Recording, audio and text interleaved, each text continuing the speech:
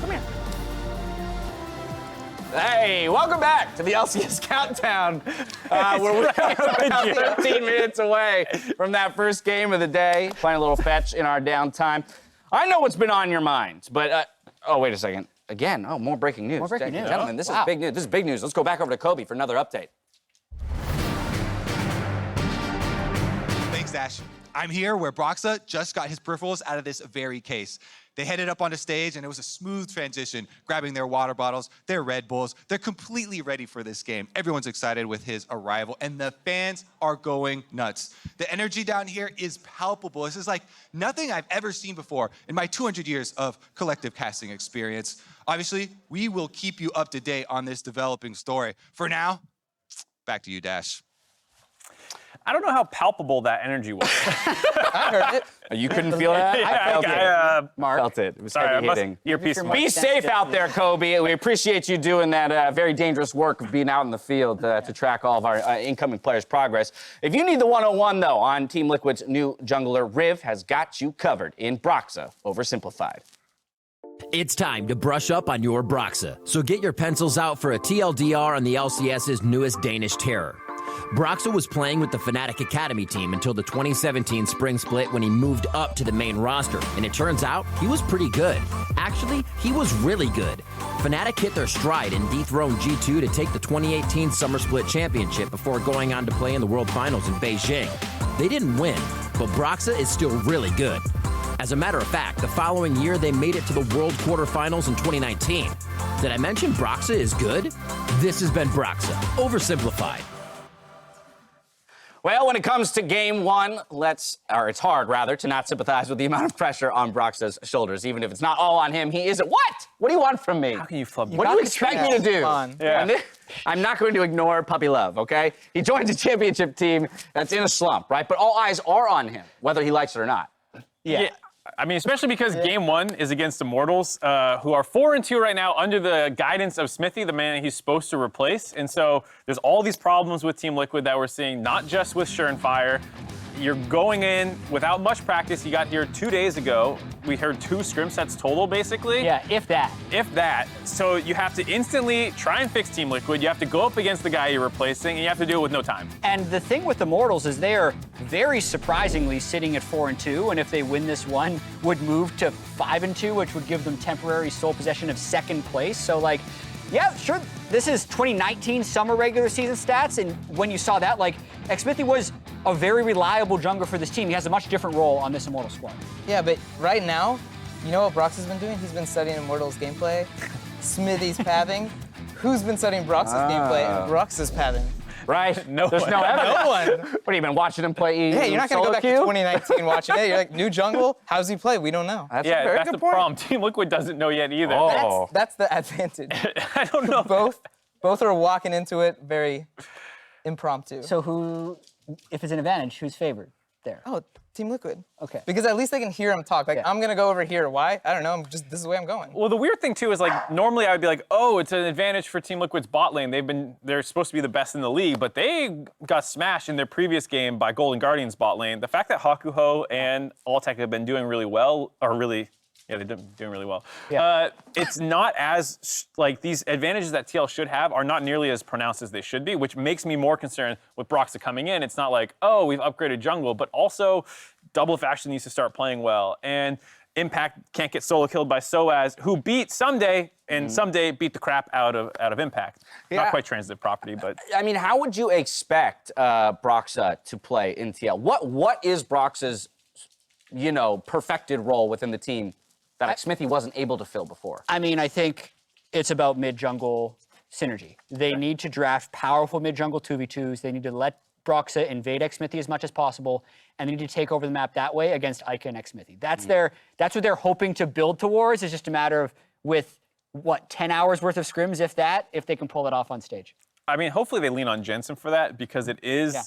Eika hasn't been terrible, but I still would put him in the bottom half of the league, and so if anyone's going to step up and have a good performance on Broxah's debut, I think Jensen having a good time in the mid lane would help immensely, because then they can spill that over easier than if he's stuck in the mid lane just 1v1ing the entire time. So then expecting Broxah's role, to be, shoring up some mid-jungle synergy, and if he does go there this game, what is the response from Xmithie? Does he have to match it to protect Eika, or do we expect him to kind of more play true to his old tendencies and go to the side lanes? Well, I mean, Xmithie has a much easier job than Broxah right now because he actually had time to build synergy with his laners and stuff like that. Broxah, on the other hand, is going to be pretty much playing purely off of his own fundamentals and understanding of the game.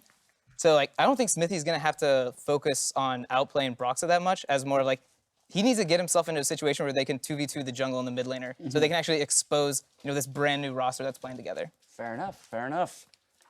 Any other thoughts on Dash is just playing. Sorry, I have a Dino Gnar that I'm having a wrestling match with right now. So no, but I mean, Team Liquid Immortals. Let's move away from the junglers and let's maybe talk about what Team Liquid can do to make Broxah's job easier, given the fact that he's coming in with all this expectation, but we're kind of recognizing the fact that that's unrealistic. Yeah, I mean, we got a chance to catch up with Dodo and Kane about 40 minutes ago, and they talked a little bit about what their expectations are. And long term, they want Broxah to kind of be the second CoreJJ in the team, a steadying presence when things are going well or not well. And I'm looking to see, they don't expect that to happen this week. They maybe don't even expect that to happen next week.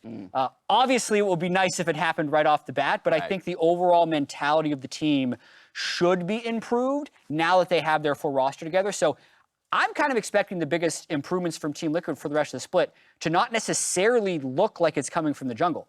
I'm almost just thinking, hey, now that they have the mindset that everyone's here, they're just going to be able to perform better. Something's going to start working. Yeah. Right? And yeah, that can be hard to nail down at times. On mentality, though, for more on how the team is feeling heading into week 4, here's Jensen, fresh off their week 3 loss. I think I've definitely felt more stressful situations throughout my career. Getting benched, first year on Cloud9, where we barely made Worlds. But this one feels the most difficult in a way, because I feel like I'm playing really well, and I feel like I'm putting in as much effort as I can, and I don't know what there is for me to change. In the past it was I could see, I'm not playing well, I've been lazy, but this time around, I feel like I'm doing everything I can, and it's just not working. So it's just, I don't know what there is to do for me at this point. I don't know what I can do better, or I don't even feel like I can try harder. I feel like right now I'm doing the very best I can, and it's just not working out for us. I mean, this fresh off of a loss from week 3, so you can see some of the disappointment there in Jensen. But I do now want to kind of turn to a cool opportunity we had to talk to both Kane and Dodo backstage, just moments ago, to get the more, kind of present look within the team. Right, and I think one thing that happens, I know I'm guilty of it, and I think a lot of fans and people are too, is you see Doublelift, who's the most vocal member of Team Liquid's, giving his opinion, and we often associate that with all of Team Liquid's opinion, and we've heard things from Doublelift about, I hate Senna, she sucks, or Spring Split doesn't matter, and you start to think that maybe the whole team thinks that way, but you can see in that Jensen saw it. He still really cares about their performance right now. And we've heard from Dodo, I heard from Steve, they have a different opinion where they're like, Doublelift is not all of Team Liquid. Right. And he has his opinions, and that's fine, but the rest of the team has theirs as well. And I think that's one thing to keep in mind with all this stuff that's going on is there's more personalities at play, and Jensen there you see very upset about losing the Golden Guardians. I think he wants to have a pop-up performance today. Yeah, this is an opportunity for him to really show something. And it would be the way to introduce Broxah is to have a kind of a pop-off performance like that. It is important to note that they did also mention, though, that loss last week was pretty big hit for Doublelift as well, right? So whereas before he may have been, profiting, that it didn't matter as much in spring, he does care now. Doublelift has been the best AD carry in NA for probably 4 years, and everyone's constantly told him that. And then Keith Thresh first bloods him. Right. Actually Keith Thresh first bloods him in his 7th all-time LCS game. That's going to be a wake-up call, Doublelift. Yep, so all right. We'll see. All right, so it's a put or shut up day here for Team Liquid. Time to turn to some win conditions for that first game of the day. Jack, I'm coming to you for Immortals win condition. Yeah, so I think for Immortals to win, they need to pry off the fact that Broxah hasn't played with the team for that long, so I want them to have a strong level 1 draft and invade Broxah, because the teamwork required to set up proper invade wards and communication to make it so he has a good start, I don't think is going to be there. So I want Immortals to have a very strong level 1 strategy. And then the last thing is a little bit different. I want them to play the 10.3 picks. So I'm talking about Yuumi support, I'm talking about a Soraka or maybe a Sona top, the stuff other people haven't reached for because they're comfortable with what they're working on. I don't know if they've been practicing that stuff, but I think they should be. All right, if they are, we'd like to see it. Probably coming to you for TL's win conditions with Broxah in the lineup. I mean, I will say Broxah came from Fnatic, who had great level 1, so I doubt they're going to exploit him level 1. So for Team Liquid today, what I want to see Broxah do is, it's Valentine's weekend, hold hands with your bot lane. This is how TL used to win. So at least they have a good idea of where to go. And I think on Fnatic, Broxah did very similar things where he knows how to play through bot lane. So I want to start seeing that. And then at the same time, Immortals wins aren't the prettiest. So if I'm TL, I'm going to be like, all right, play off of our fundamentals. We don't need to have crazy games and go by the book. All right, by the book today for Team Liquid. We'll see if that works for them. Before we head into our predictions for the day, we had some of man's best friends weigh in on the matches today with our own set of doggy predictions. All right, they predict all 4 games. All right, Team Liquid, good TL, choice, Corgi. yeah. Okay, How do they know? All right, Celestine, well done. Appa. Ooh, Appa. TSM is the upset. call. Handed That the looked like first that was loss kinda ever guided. to C9. Yeah. Let's go. Golden Guardian. I mean, that BMO. makes sense. BMO is a Golden Guardians fan. Yeah. yeah. All righty. Oh, Kaisa, where are you going, More Kaisa? interested in going. Whoa, Yeah. 100 Thieves, 100 Thieves. All right. That's a got close it. matchup there at the end of the day. They're We've both spent a lot of time great. talking about the first 2. We shouldn't ignore that one that comes there at the end of the day. This is You one did where good. the dogs You can did Yeah, well definitely predicted, outpredict bud. the analysts. I'm just Yeah. saying, these are some pretty Little close bus, games. bus, bus. yeah. Can we change our predictions now? You want to change your predictions? I just want to do the same. What do you think? for dogs. Yeah, Which, So I which don't dog lose. convinced you otherwise? Yeah, it doesn't matter. I just want the Hunt's same. right there. Your He's so predictions of the confident. dogs. Well, let's see what No. you guys go ahead predicted for the day. Did you align? Yeah, we're with the pretty dogs? close to Okay. the dogs. All right, well, no one went for COG. TSM. I'm the only Appa, one you're who's all still alone in your happy. TSM I prediction. thought someone but was going to go for Immortals. I thought Immortals. I thought I was being kind of edgy. who did you think was going to go for Immortals between these 2? Probably. Oh. Yeah. Yeah, well, probably know does that seem like the last kind week of I'm guy. Like, no way. When Broxah comes in, they won't have much practice, but they're gonna have so much vigor going into the Energy game and and- energy. I do think. Right, could you see them losing their second game of the week? Oh yeah, for Right. sure. But this first game, no, They're just going to come out hard. Yeah, they're I coming out get hard. that. I think that game was close. I thought even the 100 Thieves Dig, I thought someone would have gone 100 Thieves because Dig was a little shaky last I was a week. little surprised by that one as well. I was back and forth on the COG Golden Guardians one, but I'm giving my faith to the Golden Guardians right now. Well, CLG, they were close to 2-0. I know close doesn't get you much. Right. But in the game they lost against Immortals was a very crazy game. I'm just watching They don't Mark. see the Mark- dog on camera. You're I was just- like, So you that was Very very excited. Jazz hands. Pop some hands. You gonna throw the ball? Yeah. Oh no. All right, well, we have like a minute left to play with puppies. Appa! yeah. Appa! You're bright, Sam. I mean, Come here. I need my watch partner. We're about to watch some League of Legends. Y'all want to watch some League? Come here, Appa. Yeah. Let's there's a watch lot of League hype Legends going into the today. weekend. Like the Shall we? first 2 games of today are awesome. Oh, they're Right? so sick. Like they're so sick. Just the storylines that are going to be generated, whether or not Broxah succeeds, and what happens in C9. Like if C9 goes to 7-0 versus if TSM is able to upset them. Like And it's just- Sven beats his old team as well. Yeah. A lot of old grudge matches coming up. Grab the popcorn, grab the doggy treats, and let's head out to the battle arena for the call. Thank you very much, gentlemen. I'm our Quake dog? Captain Flowers Reigns. We don't have one, man. This is Sam Kobe Hartman Kinsler. Unfortunately, we were not allowed to turn this into a tri-cast with a fluffy friend here today. Believe me, I did ask, but not in the cards just yet. Maybe for 2021. But here today, we're about ready to jump into week number 4. Team Liquid, Immortals. It's time. Brox is here. Yeah, Broxah is here just in time to play against Team Liquid's old jungler, Xmithie. Super excited to see this one rack up. And honestly, heading into this is a lot more in Xmithie's favor than you would have thought at the beginning of the year. Immortals are coming off a 3-game winning streak. Broxah, like they talked about, did not get to practice with the team that much. So Team Liquid, we're going to have to see if he can actually fix a lot of the other problems that we have seen occur from this team that have not been jungle related. Let's see how the draft plays out for him. It's Set and Syndra and Misfortune banned out by TL. Immortals getting rid of Aphelios and Zaya. They are daring Team Liquid. They were saying, please, please, do us a favor and pick that Senna just one more time. Goodness. 3 marksman bans here, leaving up the Senna for Doublelift. Oh my goodness. And in fact, we'll take an Ornn. Now, there is actually thought behind this Ornn pick because if Immortals then do try and get the Senna power pick for a lot of other teams that has not been useful for Team Liquid, she's very poor at busting tanks, later in the game because lethality does not scale well. Lethality is a much more early game oriented stat, very good at taking down squishies and low armor champions. But since Senna builds so much lethality, not good at taking down those tanks later on, and Ornn is the tank to go to. So I like the first pick there from Immortals. Even if they don't feel like picking Senna themselves, they got some defense against it. They've got themselves the Gangplank, can have a pretty successful lane into the Ornn, and they're going to lock in Ezreal. So got some buffs on this patch. I think it's a very good pick. Ezreal also pairs really well with some of the high priority mid laners right now. Zoe, you can make a full poke composition with Ezreal Zoe. You can throw a Yuumi on Ezreal as well, who also got buffs on 10-3. So definitely like this pick since they themselves, like I talked about with the Ornn first pick, you don't really want to pick Senna looking at that one. There we go. Senna's going back in the lamp. We got a different AD carry coming out of the shadow. Oh my God, I said it too soon. Well, okay, never mind. All right. They're just baiting the fans a little bit. It is Kalista Taric there in the bottom lane. Now, Taric, all too often when we see him, people immediately have these horrible memories of a solo queue game going up against a duo boost Master Yi and Taric combination. But remember, the champion can still be played in a non-scummy way. And some background on that hover troll from Jensen.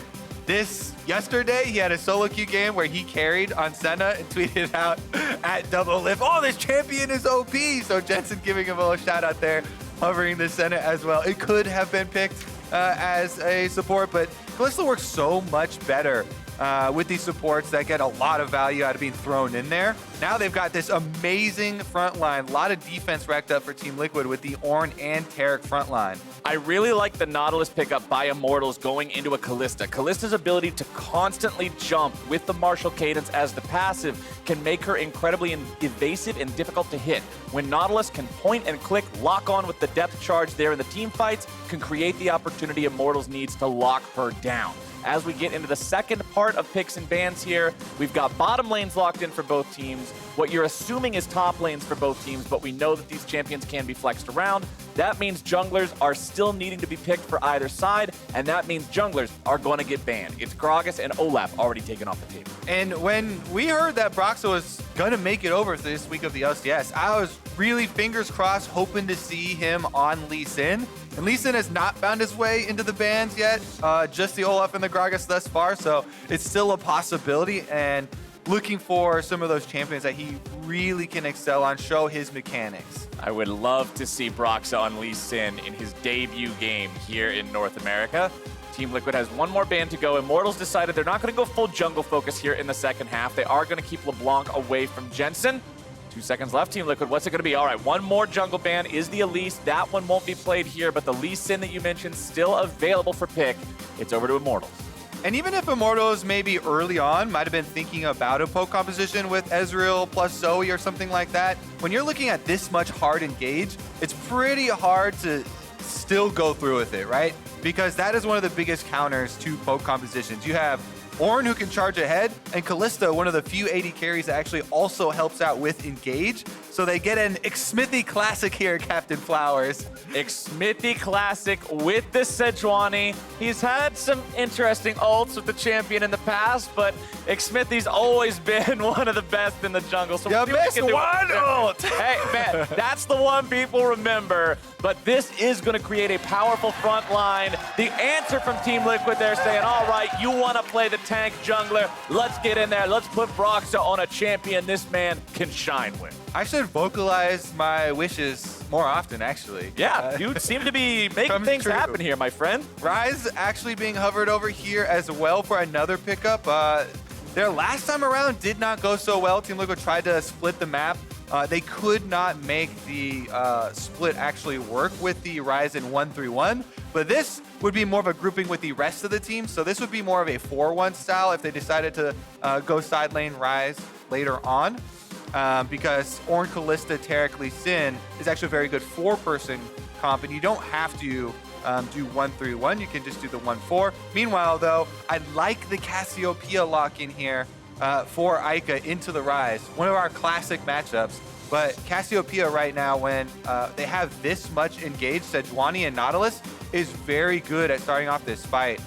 So we can see if they can actually layer these CCs that they've been able to stack. Tons of engage here for both sides. Two junglers with incredible early ganking potential against two immobile mid laners means I hope to see some action pop off around there early on in this game. And the biggest thing I'm looking forward to about this matchup, look at the amount of veteran names that you see on both of these teams. I want to see some higher level strategy here. I agree. I want to see some high-level strategy. I disagree that Cassiopeia and Ryze are immobile mid laners, though. Both of them can run phase rush. Ryze can get extra speed off of the passive. These are champions that actually can be very slippery, especially if you do have those CC components to work around.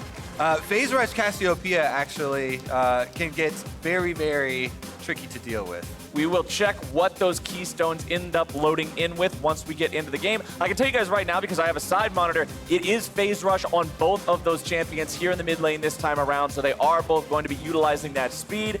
It's the Conqueror for Lee Sin, the Aftershock for Sejuani. Everything will be looking pretty standard across the board there. Thank Mr. Broxah, says the audience. The Liquid fans are ready to see this guy pop off here for TL. It has been a rough start to the split, and they're looking to turn it around right here. All right, Flowers, what's it gonna be? Broxah smash or Broxah feed? That's the name of the game. That's the question, my friend. Let me hear it. Broxah feed or Broxah smash? All right, as the crowd comes to life, the champions are ready, the players are waiting for the minions to spawn. Let's throw things down to a sideline report. We got Riv standing by with Dodo. Thank you, gents. Dodo, I just wanted to ask fast, kind of what were the first steps that the team was doing with Broxah when he came over? So he came over yesterday, and then he came over and he got into scrims right away. And we are really excited to play with him on stage today. And yeah, he's just a grinder, and he's just really working hard. So hitting the ground running. Second question, that Lee Sin pickup, everybody wanted to see it. Is that comfort, or is that the team letting him play, or did you actually want to see him on the Lee Sin? Yeah, he's super confident on playing Lee Sin. He literally told us yesterday, get me Lee Sin, I will get you guys the win. Dodo, thank you so much. Head back, watch the game with your team. Good luck. Back to you guys. I love hearing that. Get me Lee Sin, I'll get you a win. That's a man speaking with confidence for his first day. And that's why I said I wanted to see him on it in Champion Select. Been watching his stream over in Europe while he's been waiting for his visa. And this is certainly his most confident champion. And you want to be on your best champion when you're playing against the jungler that you replaced. Xmithie here on the other side, on Sejuani, also starting on top side of the map. So both junglers going to be clearing down towards the bot side. Fun piece of information on the side of your screen right there. Last time we got to see Doublelift on Kalista, 2018 spring. So more than a year and a half ago, just about 2 years ago now, 13 KDA going up against Optics, so quite a performance on that one. Yeah, one of the things about Kalista, whenever she is in the meta, she is very in the meta because it's a play style that is so different from a lot of other marksmen. And oftentimes the Kalista stats for players are much higher because when she is very strong, it's a very contested pick. She gives you dragon control, gives you engage options, and sOAZ is going to give Impact some damage options. Impact doing a good job there to make sure he walked straight left away from the second barrel so he didn't take bonus damage at the end of that chain, but sOAZ getting the better of him here in the early trades on the Gangplank. That's one of the things that you do become responsible for when you pick that early Ornn. You open up the opportunity for an enemy scaling laner. Broxah going in the Immortals jungle. Oh no, disaster! Team Liquid's jungler is first blooded by Immortal. Welcome to North America, my friend. Xmithie has a defensive ward intelligently placed and immediately collapse onto Broxah, getting that first blood. This is one of the things that people were worried about missing when Team Liquid gave up Xmithie is the planning. And this ward he put down there before he goes over to the Gromp. This gives the early alert, hey, Hakuho, head on over on the Nautilus, and it is an immediate punish. And the CC was layered so perfectly as well. Xmithie over the wall, he starts laying down, getting those stacks on the passive for Sejuani while the Nautilus hook comes in, Boom, boom, boom, 1, 2, 3. Brox is done before he has the chance to even try to flash away. Good pickup there coming out from Immortals. And now they're able to shove back out bottom side as well. Because of the fact that Broxah was taken out, it meant that Team Liquid had to play respectfully down here, and Altec will get that lane shoved up. Doublelift and CoreJJ doing a good job, freezing it up here just outside turret range to keep it right where they want it to be. Hakuho with another defensive ward on bottom side. I believe it was actually his trinket, me looking at the trinket cooldowns that put it there. So really good communication from the Immortals side for the opening here. Now Xmithie on the offensive, trying to go take back the other half of the map. Leaves around the deep ward, as well as an extra control ward here in the jungle. They're doing everything in their power to keep track of Broxah.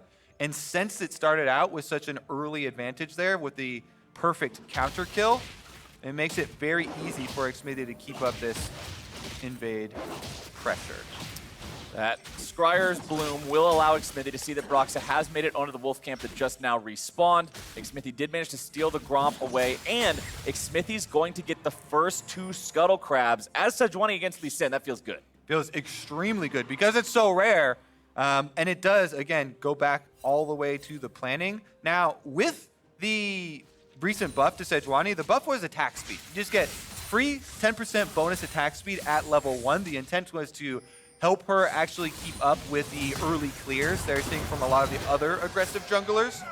Now that he's rushed the Bami Cinder as well, off of the early assist money that he got from Broxah, the clear here for Xmithie is way higher than it's supposed to be. And honestly, he's going to stay ahead of Broxah for the current time period. As you can see, decent amount of CS up, went for the invade. You talked about the double scuttles already. So now he needs to use that lead to keep vision for the lanes. You can see mid lane is surrounded by vision right now for Immortals. So even though CoreJJ and Broxah are trying to get out on the map and make that jungle support synergy work, it's already over more wards. Oh, and Xmithie, he slides over the wall, nearly finds the connect there, but not quite making the CC happen. Means the Team Liquid will manage to get everybody away, but they have to use Core's flash for it.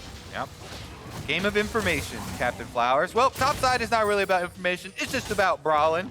sOAZ up here has plenty of sustain still left, though. 2 biscuits have arrived, so he's trying to hold those. You know there's no burst potential here for impact.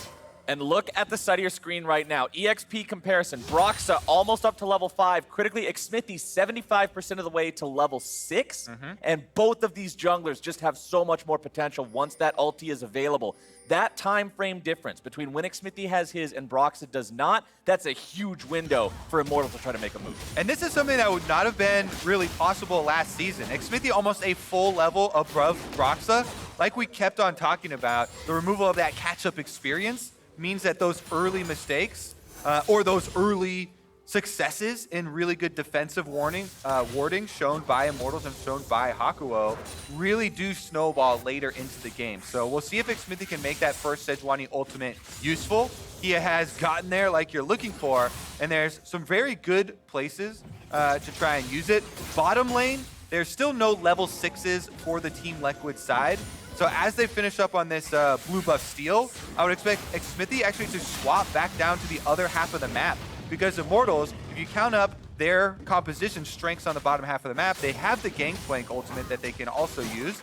And then, before a Kalista Taric get their ults, you can actually gank them. Afterwards, they can both make each other invincible, so it becomes a lot more difficult. Eika and Xmithie working together there, recognizing there's no way Team Liquid wins that 2 versus 2 with the level advantage that Xmithie has. They walk in, they take the blue, they get out before Impact is able to collapse, then they get a bonus Scuttle Crab on the back end of it just to add insult to injury. Things are going wonderfully for Immortals as we run into a pause. All right, well, a little update there. Doublelift has gained control of the minion wave, so he pushed it in and got his level 6 first.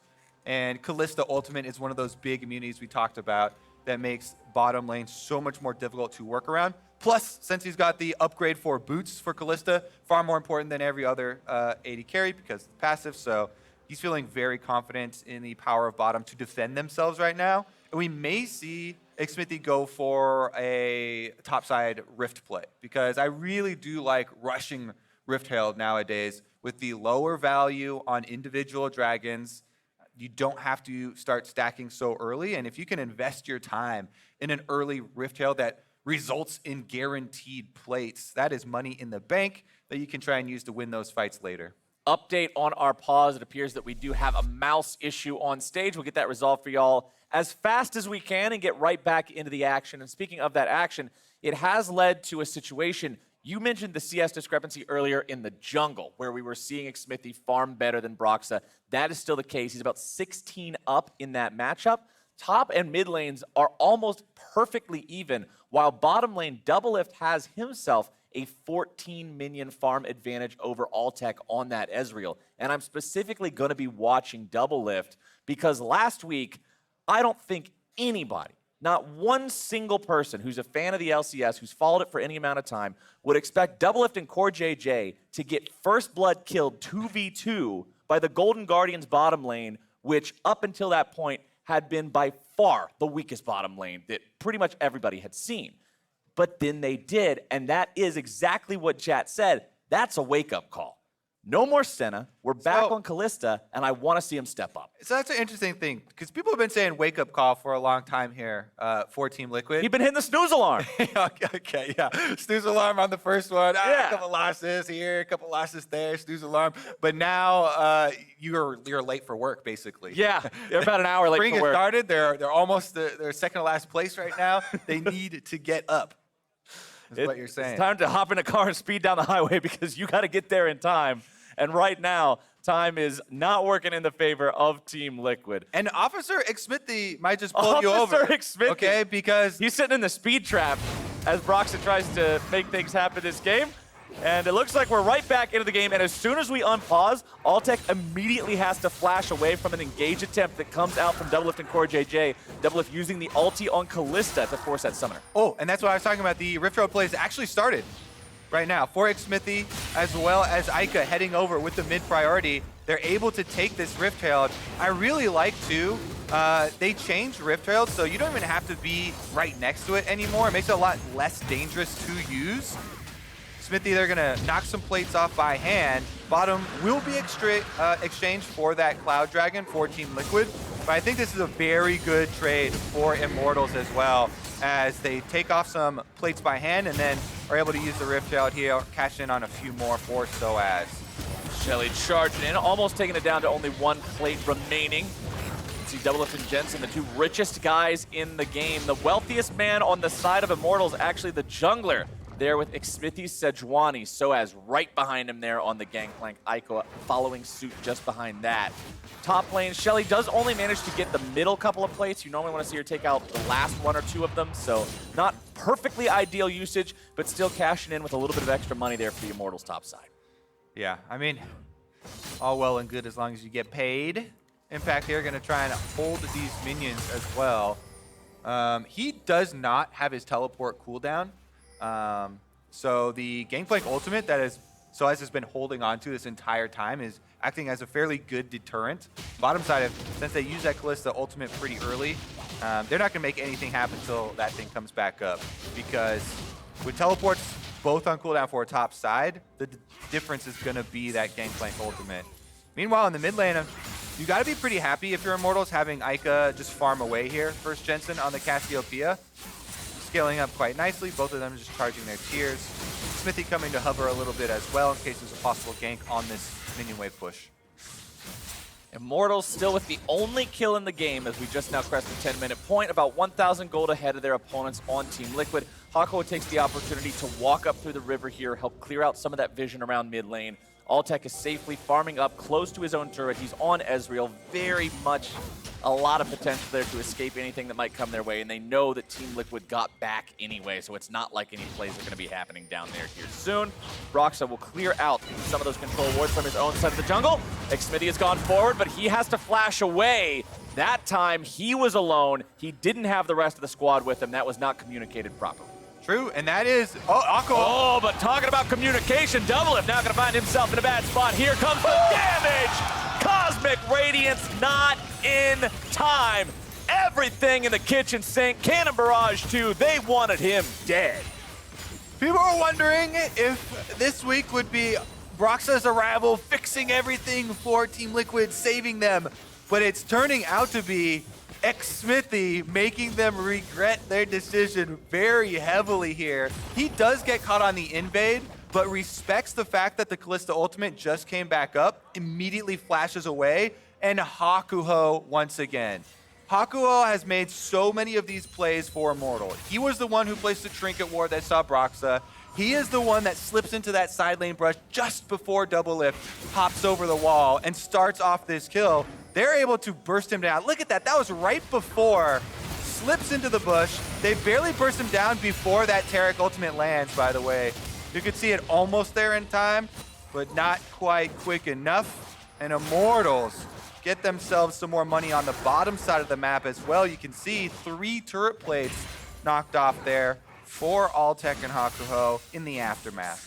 3 turret plates. We've got the Mana Moon completed, stacking that up for Altec. Sheen just now purchased as well. Double tier users on this team, so those guys will be wanting to get those stacks as fast as humanly possible. That gold lead climbs up to nearly 2,000 now, as Immortals are just making the moves happen here today on Summoner's Rift. Sunfire Cape completed for Impact's Ornn. That's a very high value item to give your Ornn upgrade to once he gets a couple more levels and has access to those upgrades. sOAZ sitting in the top side, still with the Trinity Force pieces. However, does have plenty of gold sitting around in the inventory, almost at that Trinity Force point, where we'll see the champion start to have a lot more potency with the barrels. Yeah, Trinity Force for pretty much any champion that builds it is just, you feel like gold. You feel like you just made payday. It really does. That's something you've been saving up your money for your big purchase for so long, because that item is so efficient, Flowers. Like, it gives so many different stats. It's one of the most efficient items in the entire game with the power spike that it can give you for mid-game. And we'll see if they're actually able to use it. Again, the Gangplank ultimate was used. It was well worth it. And he's almost level 11, so he's about to get rank 2 for it. I believe it's just under 98% gold efficiency for the Trinity Force, but that's without including the passives. Awesome item. And that's where all the power is. It's in all these passives that you get, because you get so many stacked up there on that item. Meanwhile, Dragon coming up with that Gangplank ultimate timer that I was talking about. So this is the one where Immortals are going to be very ready to set up for it. You can see sOAZ already started heading down the river as well, clearing out the wards, and they'll just start this one up. They've got plenty of control wards here in their early alert system, so it should just be a nice, easy ocean. And this is the cool thing. You mentioned earlier trading the Rift Herald away for the Drakes because the individual ones don't matter that much. That Cloud Drake TL got earlier is 5% ultimate CDR. That's not going to make or break the game. Immortals got themselves some extra gold, built their lead up, and now they're in a spot where they're comfortable enough to start contesting for those Drakes as early as the second one. Earth Drake's the one who terraforms the Rift here, so we're going to see some stacking defenses. And that actually feels really good when you're Xmithie on this Sejuani. If you can keep racking those up, it would feel equally good for Impact's Ornn. These tanks are going to become big, beefy boys.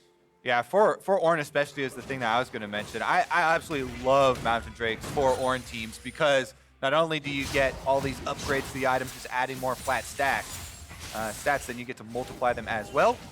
More objective focus here from Immortals as Xmithie heads to the top side. They were about to start up the Rift Herald, but once sOAZ started brawl in there with Impact, Xmithie actually stopped on it, and they might just go for a first turret bonus for themselves. That turret is having the Demolish proc tick down. We're after 14 minutes. This one surely turned into rubble. There we go. Xmithie makes the call to chase it even further. Looking to find the damage. Flash coming out, but the chain CC is down. Immortals will do it, and once again, it's Xmithie. Xmithie heard you were talking smack. He brings out his Sejuani and just runs over this game. Top lane is down. The tower's down. And you know what? Yeah, Team Liquid, they get the Gromp, but that is going to be a second Rift Herald for Immortals, as Xmithie, still with the objective focus, will head right there after the kill. Xmithie, there's a reason you watch this guy play. Every team he's on, he just always finds ways to succeed and bring out the best in the people around him. He's facilitated all the plays happening so far here in this game. He's punished Broxah's invades. He's set things up for his own squad. And he's playing the best Sejuani skin. I am a fan of Xmithie's jungle gameplay. And just for our fans that tune in right now for how we got to this point, I also want to credit the team play from Immortals and Hakuho, right? Because we keep going, oh yeah, Xmithie, because it's so cool he's playing against his old team. but Hakuho was a very big part of both of the early game plays that set Xmithie up to be able to do this for the team. I think it's important to recognize your support players. Absolutely, absolutely. Hakuho's been on point with the roams, making sure that every single time Xmithie's ready to set something up, they don't miss out on those opportunities. Hakuho's inventory, Chain Vest, Negatron Cloak. Oh, you know what that means, baby. The Gargoyle's Stone Plate. Once that is completed, that is the name of the game right now for tanky supports. Get that constructed. Make it so you have 3,000 health when you dive into a team fight. It makes it so difficult to deal with these guys. As Shelly's summoned up, mid lane turret still at 10% HP alive. TL should be able to clear that one out before it takes the turret down. So Immortals won't quite get what they're looking for there, and a bit of a silver lining for TL. Yep, they're going to keep up the pressure, though. Immortals don't really have a reason to give up on this. They've got a very good 1-3-1 setup right now. Eika on the Cassiopeia does have teleport ready, pushing in on the top side where he's matched up against Ornn. Very good matchup there for the Cassio, who's got a double stacked wave. So Immortals controlling the resources available on the map.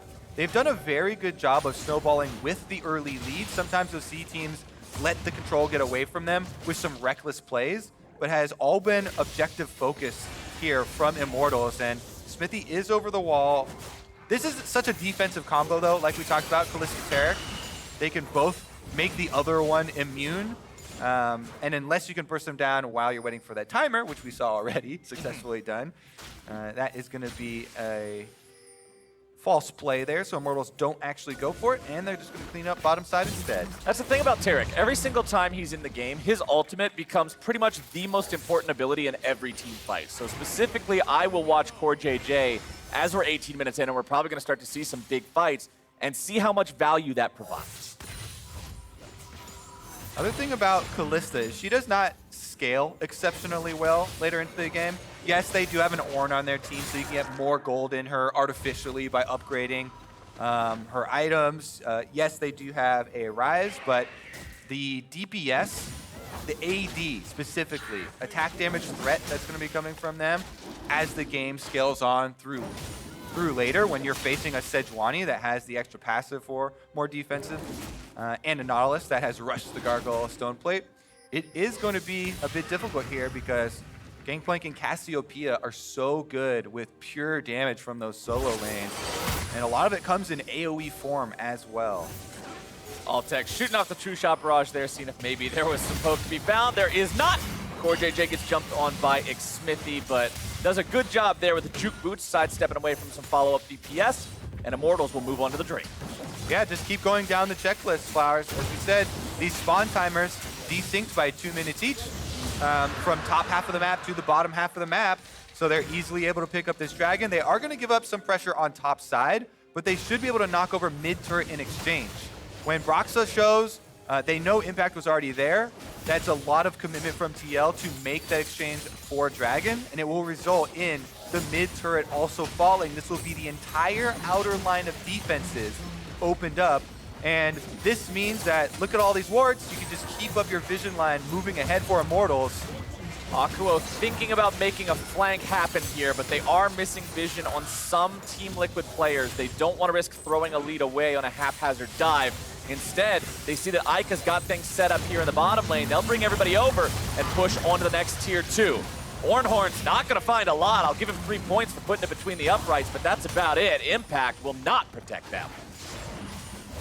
Yep, tower down, red buff stolen, and Team Liquid trying to get trades on the other half of the map. They are so far behind right now that they cannot fight and contest on these. That's why they opt for Jensen in the side lane on that Ryze. He does push over the secondary turret himself, so at least he does get 2 back for Team Liquid. Still, though, it remains difficult to see how the setup for Team Liquid is going to result in their big turnaround in this game, right? Because Immortals have been so methodical, and because they have such a good vision advantage, you see multiple times where Broxah is looking for a flank on Lee Sin, but there's too many wards backing Immortals as they push up for these objectives.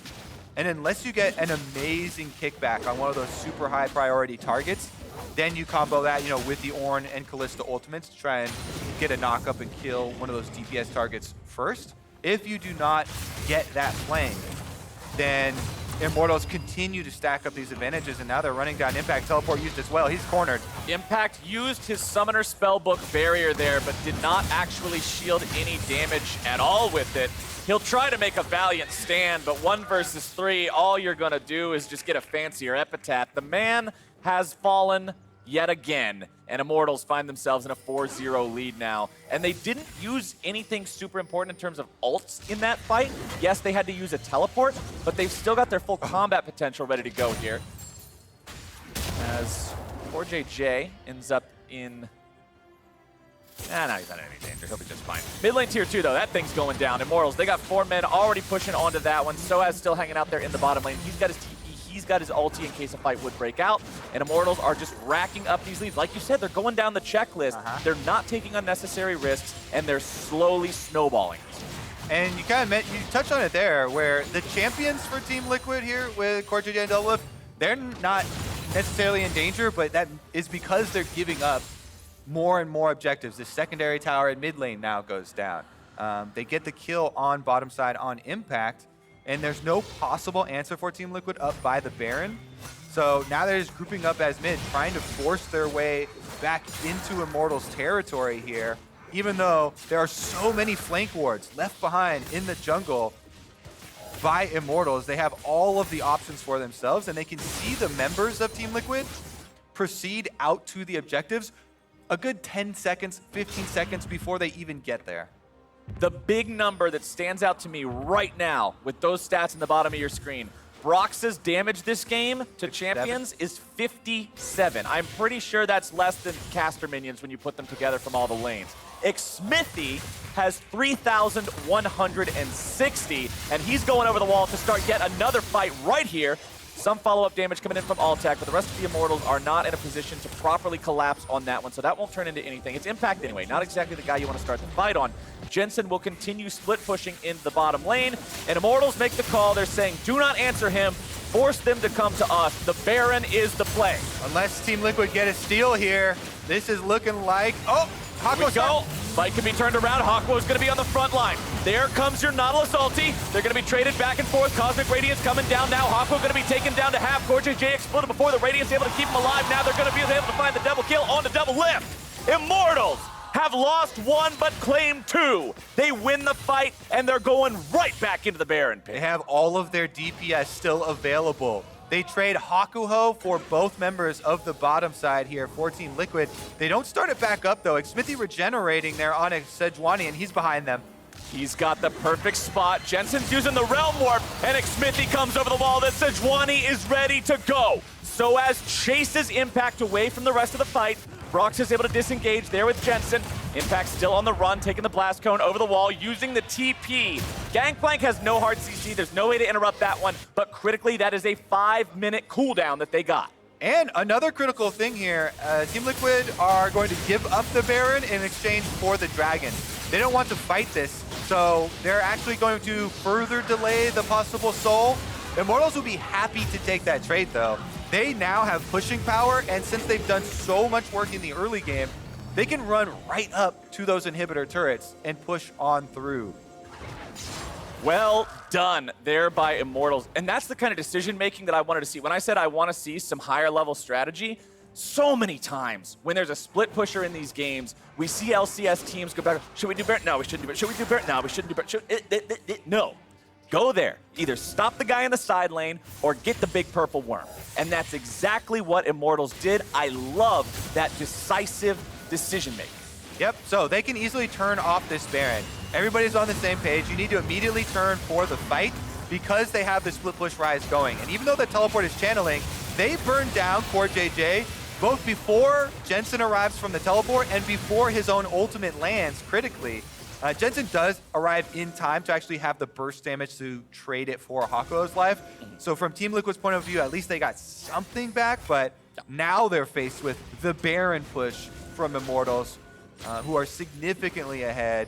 And looks like they've actually dispersed here. They sent sOAZ up to the top side, who does have teleport, to try and get top side pushing in addition to the mid lane force.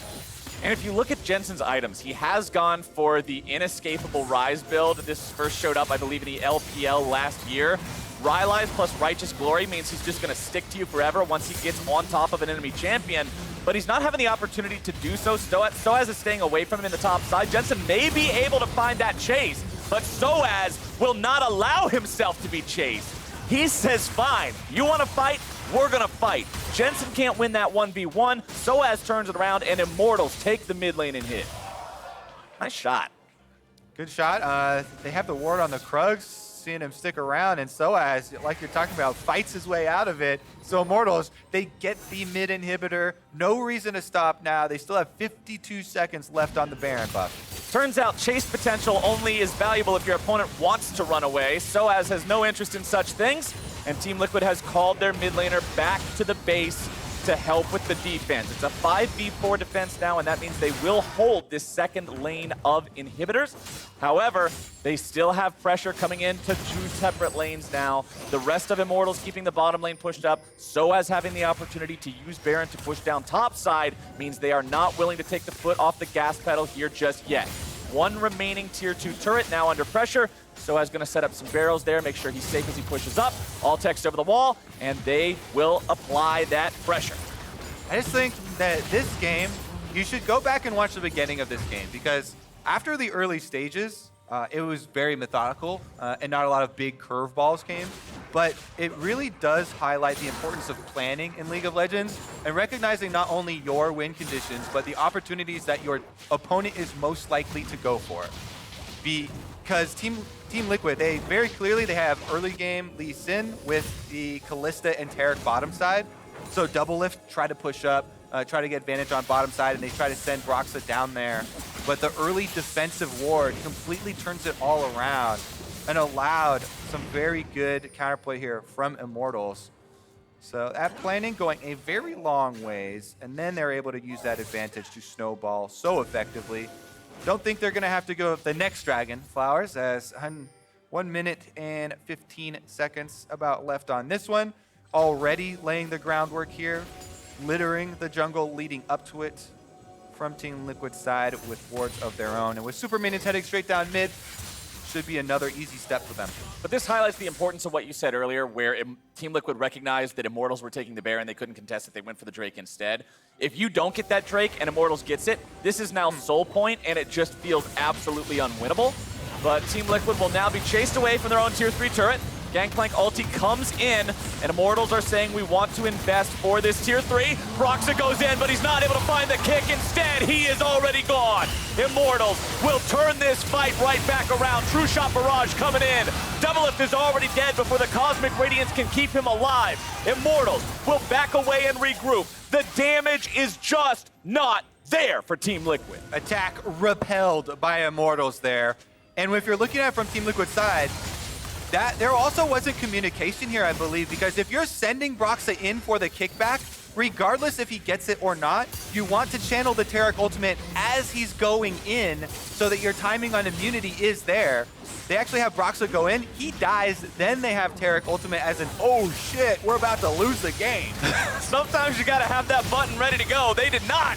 And Team Liquid will now have to defend their Nexus turrets. Immortals back away. They realize maybe it's still a little bit early to push for the entire win, but that Mountain Drake is alive. They still got 5 members standing strong. Doublelift just now got himself back onto Summoner's Rift.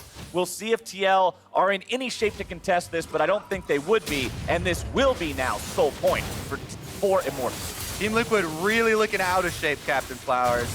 People were riding off a lot of the early failures of the team with Senna-picks, with sub-jungler.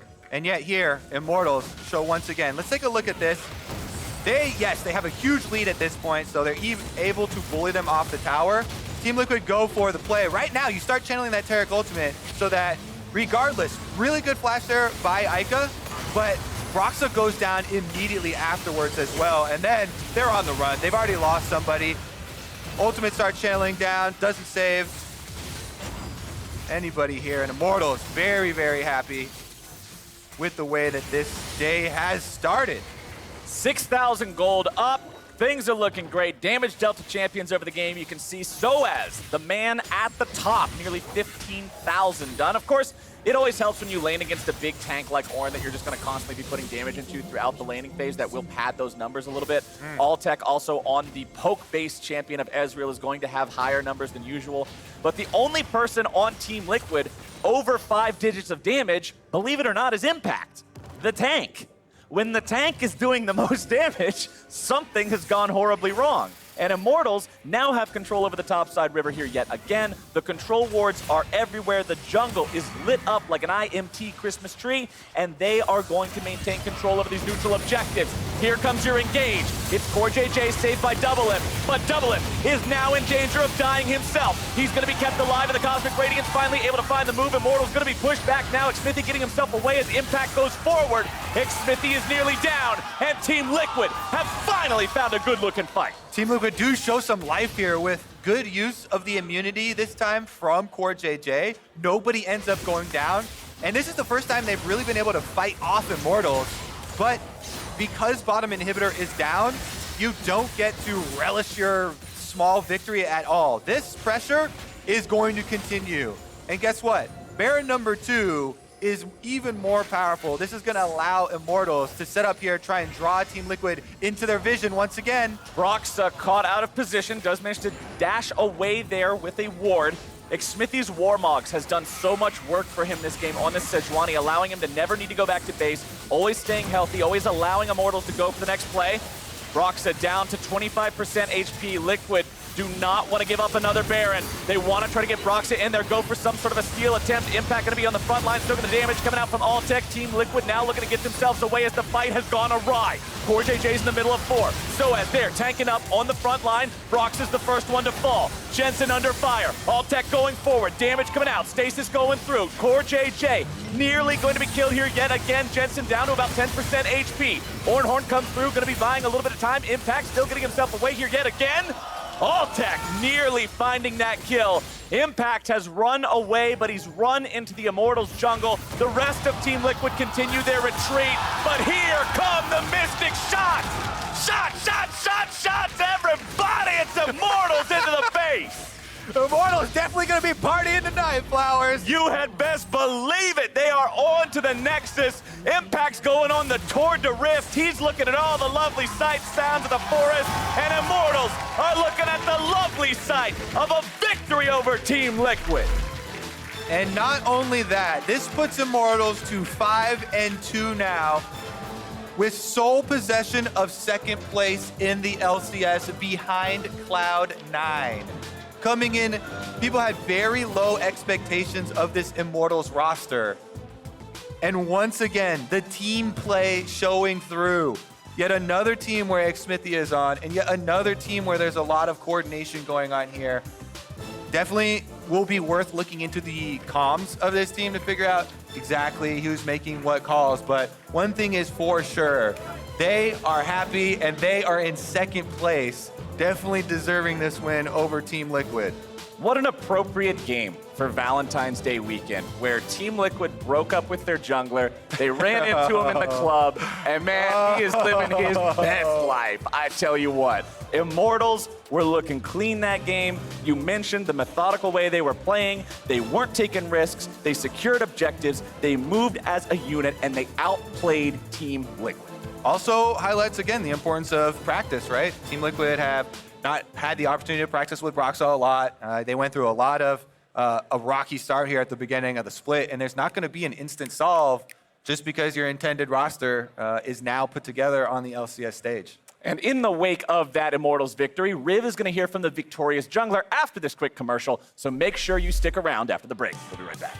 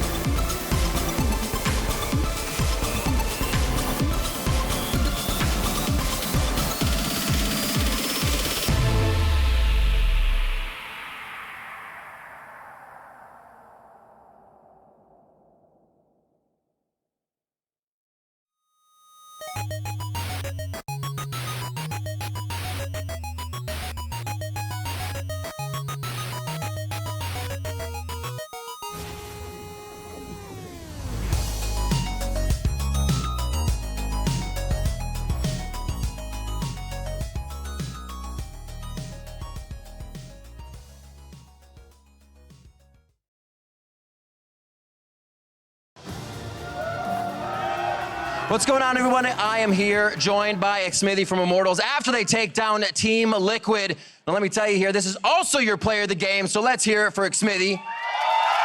Coming into the game, 91% kill participation. You take down your old team. You get to take down the jungler that replaced you. How does it feel? Well, it's pretty hard to hide. Like, it feels really good. I think they still need a lot of practice because Broxah just started this week. Like, they just started practicing, so like they're not a bad team. I just think they need time.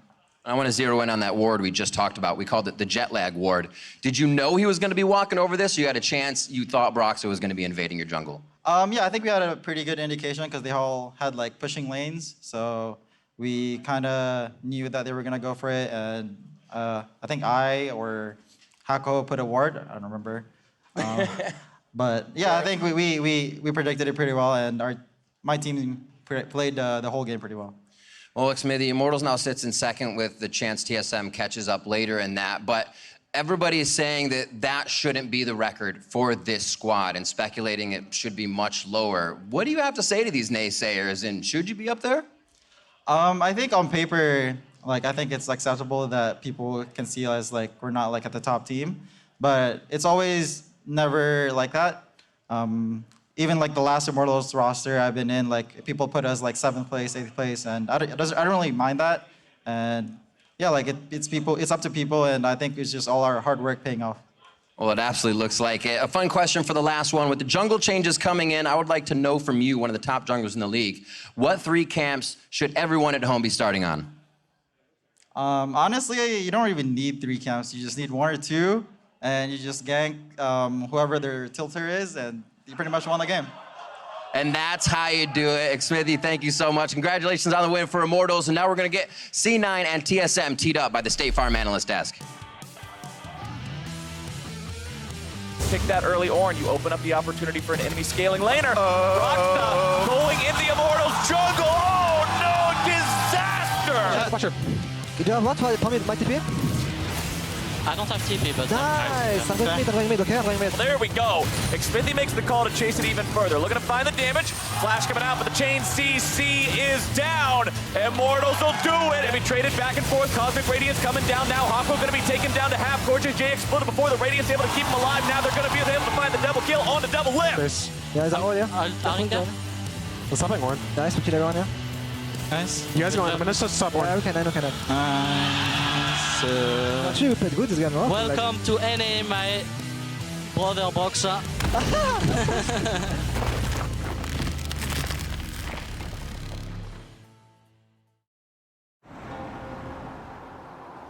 I'm Randy Diaz, mayor of Seltzer, Pennsylvania. If you love Bud Light like me, you'll love Bud Light Seltzer. It's a hard seltzer from Bud Light. It comes in 4 flavors and tastes great. Bud Light Seltzer. It's unquestionably good. If you don't love Bud Light, you'll love Bud Light Seltzer.